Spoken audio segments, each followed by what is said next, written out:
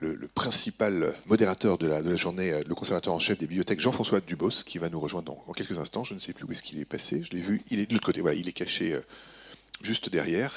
Le voici, il est déjà là. Mais avant cela, je vais vous appeler dans quelques instants. Nous allons avoir... Est-ce que tout le monde est arrivé? Presque. Je vais donner tout de suite la parole pour l'introduction à Frédéric Goodman, secrétaire général de l'INSP.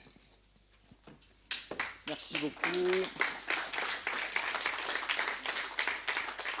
Monsieur le Président, Monsieur le Secrétaire Général, cher Franck, Mesdames et Messieurs, c'est un grand plaisir et un grand honneur pour nous.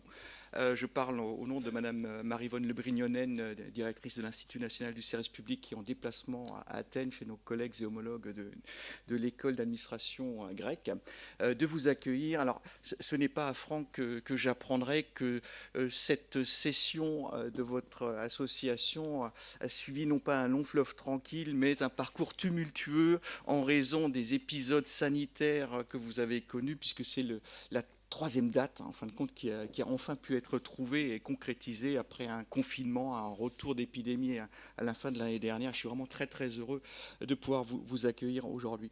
Donc je remercie également Franck pour la thématique, enfin Franck et l'association générale, bien sûr, Monsieur le Président, pour la thématique qui a été retenue, celle des institutions administratives qui ont été décorées. Et si l'ENA n'a pas été décorée, j'y reviendrai, elle a quand même compté parmi ses élèves 14 élèves qui sont morts en service, donc certains sur le champ d'honneur, certains morts pour la France et d'autres en service. Et la plaque qui retrace ces noms et ces dates se trouve dans la descente de l'amphi Debré à Strasbourg. Elle était précédemment rue de l'Université avant que l'école ne déménage définitivement à Strasbourg. Donc juste quelques petits mots d'introduction pour vous expliquer où vous êtes présentement. Vous êtes dans les bâtiments de l'ancienne école coloniale qui a été bâtie de 1895 à 1897 et l'école coloniale s'est installée ici en 1896. L'école a été transformée en école nationale de la France d'outre-mer en 1934. Puis, si j'ai bien compris, cette école était décorée.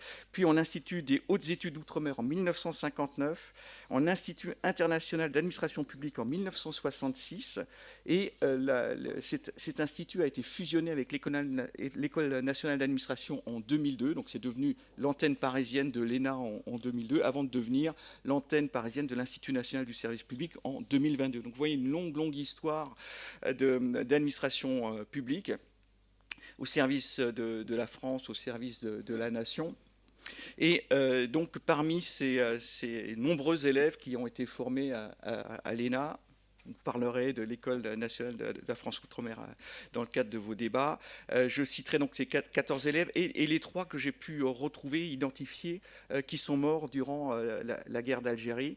Le sous-lieutenant Le Gardeur de Tilly, qui est mort en 56, le sergent Louis-René Bellon, qui est mort en 62, et le sous-lieutenant Bertrand Dussel, qui est également mort en 56 en Algérie.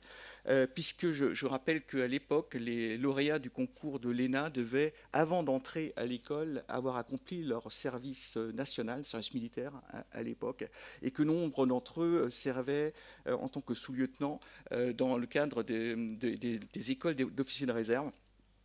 Et donc 2 d'entre eux étaient au moins dans un régiment de cavalerie, enfin ABC, armes blindées de cavalerie. Et donc j'ai regardé un peu plus près le sort du sous-lieutenant Bertrand Dussel qui servait sur EBR, d'abord à Lindau, avant que son régiment ne soit affecté en Algérie, qui est mort dans une embuscade, il était en jeep et s'est fait tuer en 56 en Algérie. Voilà, je vous souhaite d'excellents travaux et je vous remercie pour votre attention. Merci beaucoup, Monsieur le Secrétaire Général.